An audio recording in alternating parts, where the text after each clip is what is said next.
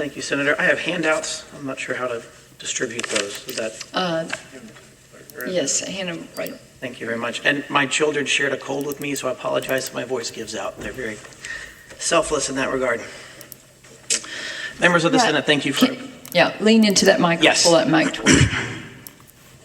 Members of the Senate, thank you for the opportunity to testify. My name is Becket Gremmels, and I'm a clinical ethicist, and today I'm representing the Catholic Health Association of Texas and the Texas Hospital Association in opposition to SB 917 and in favor of SB 1944.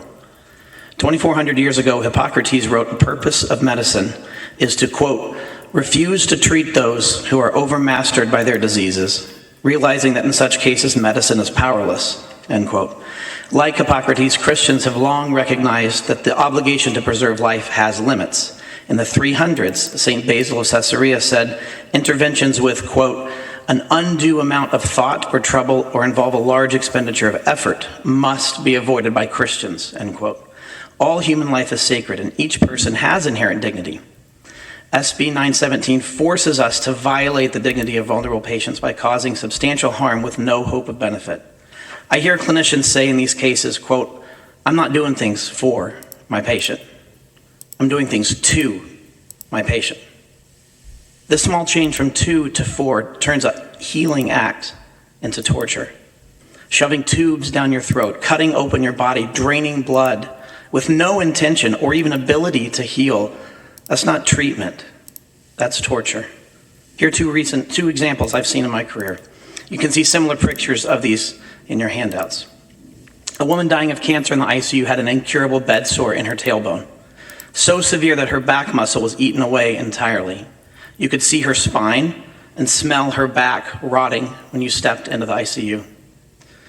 A woman dying of multisystem organ failure lost her fingers, toes, half her feet and hands due to medication for severely low blood pressure. She would not survive amputation, so dead body parts were attached to her for weeks as she died from an incurable condition. A nurse recently told me that in a similar case, a patient's toe fell off in her hand. SB 917 forces us to prolong this pain indefinitely. It's not life-prolonging treatment, it is death-prolonging treatment. If the state can force hospitals and doctors to torture dying patients, why not abortion? Why not assisted suicide? Supporters of those unethical actions will look to this bill as precedent, and if conscience rights are ignored today, they will easily be ignored in the future. Regarding SB 1944, I am in support of this bill, as are the organizations I represent. This bill was drafted by a concerned group of stakeholders who worked hard to address multiple perspectives and improve the dispute resolution process in 166046. Among other things, this bill codifies best practices that many hospitals already follow, like Dr. Fine mentioned earlier. It provides criteria to ensure members of the review committee are objective and do not have conflicts of interest. It also provides requirements for data and reporting, as we talked about earlier. It ensures a patient's wishes for DNR orders can be followed. To this last point, I spoke early this morning with Dr. Scott Spencer, a critical care physician in an ICU at CHI St. Joseph Hospital in Bryan, Texas. He wanted to relay a story of a patient he saw 3 months ago dying in his ICU. His estranged daughter, making decisions on his behalf, insisted CPR be continued because he had abused her and she wanted him to suffer like she had. He struggled deeply with this decision and her reasoning. He believed it was unethical to use the patient in this way and eventually convinced her to agree to a DNR. But he said many cases do not go so well. One son wanted to punish his mother with CPR and would not allow him to stop chest compressions. He said these cases happen, quote, all the time, end quote. In a similar case, after a patient died, a nurse turned to me and said, I just turned her chest into a bloody sponge. Current statute does not clearly allow doctors like Dr. Spencer to refuse these inhumane requests. Bill 1944 permits the physician to allow these patients to avoid needless suffering as they die.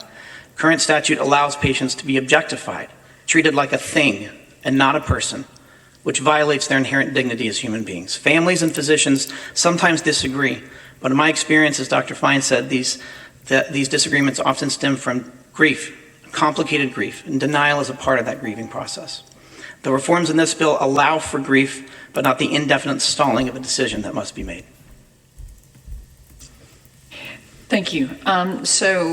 Just to make sure, you're against SB 917 and for SB 1944. Yes, that's correct. Thank you so much. Any questions? Senator Hall. Okay.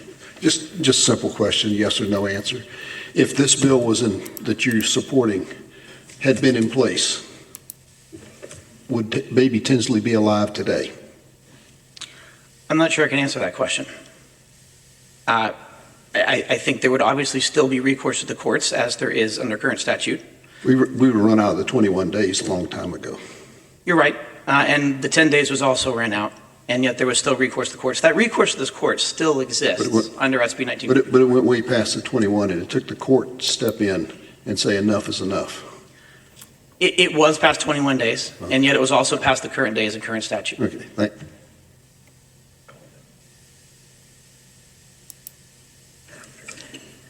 Thank you.